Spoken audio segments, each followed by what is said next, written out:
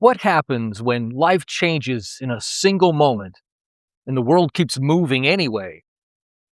9 years ago this week, I lost my daughter. And in the days that followed, I learned a quiet truth that still guides me today. This episode is about what loss teaches us about living intentionally. And I'll share one simple practice that can help you cherish what matters most while you still can. Welcome to the Live Right Now podcast with me, Alan Haw. This is where mindfulness meets everyday life. Thanks for joining me for this reflection on living with intention. Let's talk about how we can live right now. Hello, beautiful souls. I'm Alan, and welcome to Live Right Now. On March 22nd, 2017, I got a call that changed my life. A call that no parent should ever receive. You need to come quickly. Something has happened to Alie.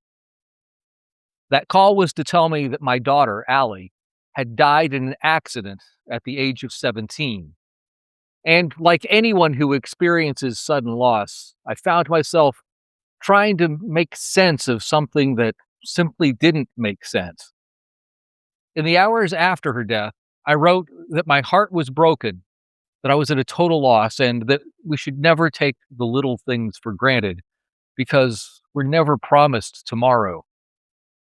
Her loss still doesn't make sense to me, but I found that there's still something to learn from it.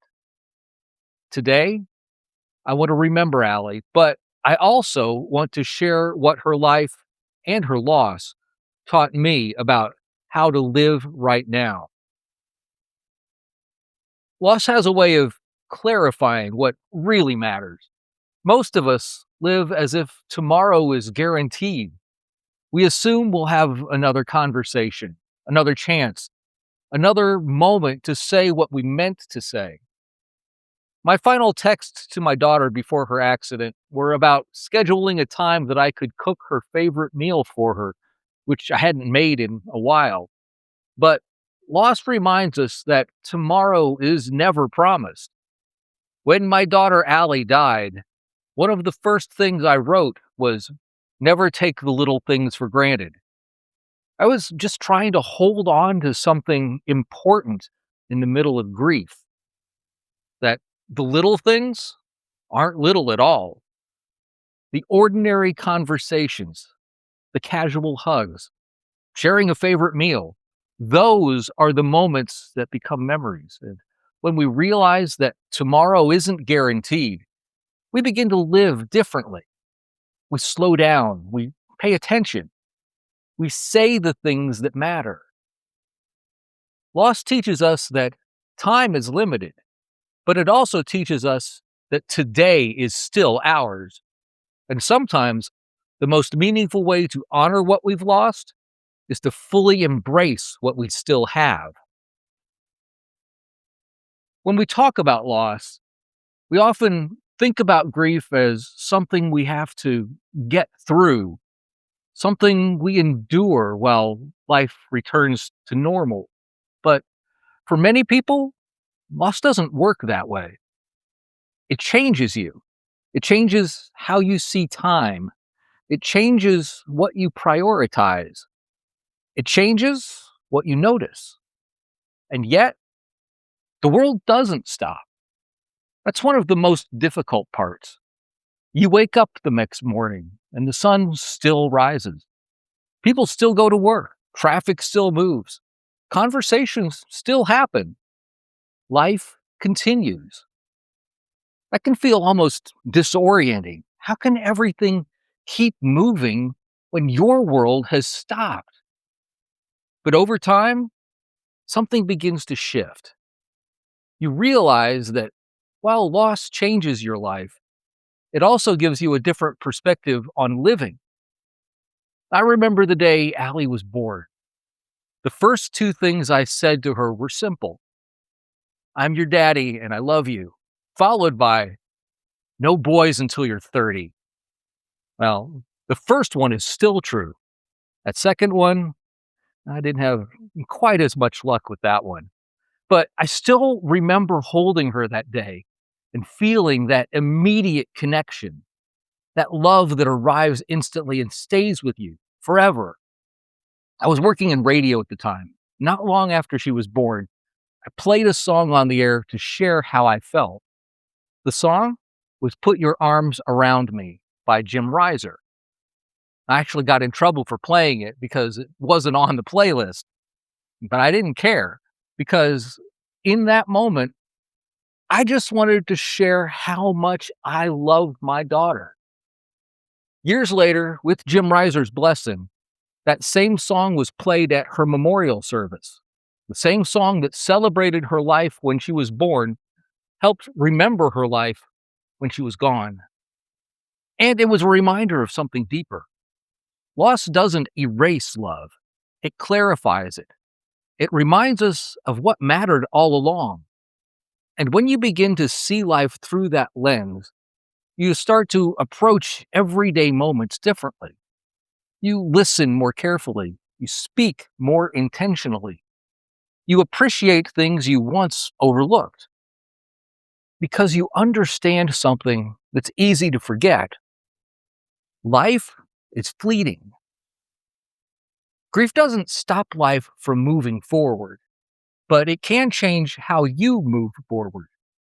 After my daughter died and I was ready to get back to work, I wrote, "The sun will come up, life will continue on, and so must I." At the time, that wasn't optimism. It wasn't strength. It was simply acceptance. The world wasn't going to pause just for me. Life was going to keep moving. And I realized I had a choice. I could move forward distracted, rushing through life the way many of us do. Or I could move forward intentionally. Loss has a way of forcing that decision. You begin to realize how fragile time really is. You notice how quickly moments pass. You become more aware of the people around you, and over time, you start to live differently. You take more time. You say what matters. You choose presence over distraction because once you understand how quickly everything can change, you stop assuming there will always be another chance. And that's when you begin to truly live. One of the things that carried me through that first week after losing Alie was people. Hundreds of people reached out. Friends, family, coworkers, church members, even people I didn't know who had been touched by Allie's life. I wrote at the time that I believe God works through the people that he brings into our lives. And in that moment, I saw that clearly. People showed up. They offered hugs. They offered prayers. They offered presence.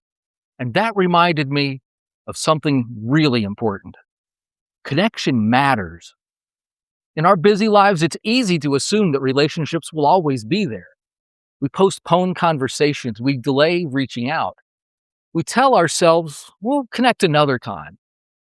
But loss reminds us that connection isn't something to delay. Research on grief and resilience consistently shows that social support is one of the most important factors in healing after loss. Human beings are wired for connection.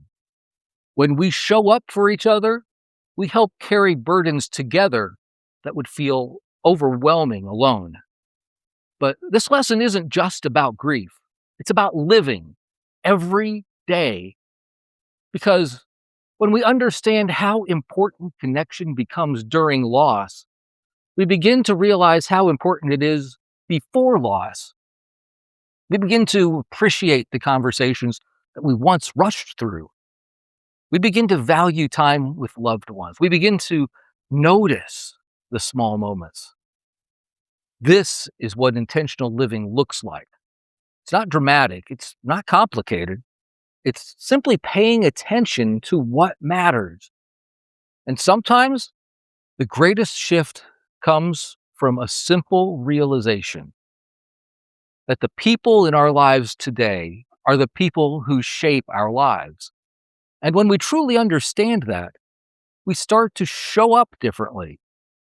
A friend told me something at the time that I've never forgotten. That which is remembered lives.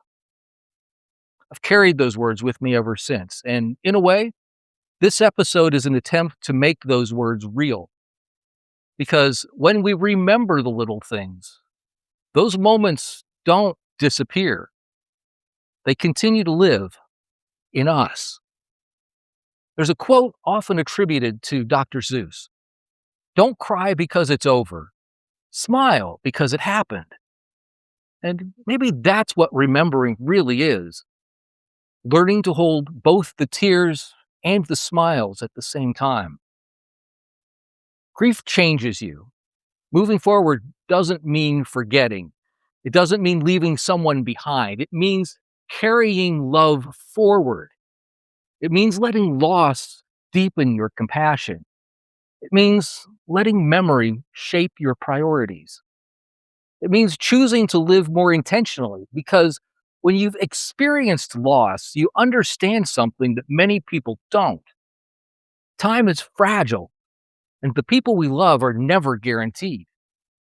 The sun will come up tomorrow. Life will continue. The question is how we choose to live it when it does. Tamara Coolish wrote, "One moment can change a day. One day can change a life. And one life can change the world." For me, that moment and day was March 22nd, 2017. And that life belonged to Algerine Marie Haw. But the lesson that followed applies to all of us. How will you meet the day when the sun comes up for you, no matter how hard you wish for it to stay down? One simple practice you can try is this. Choose a moment each day to be fully present with someone who matters to you. Put down your phone, listen carefully, and say what matters.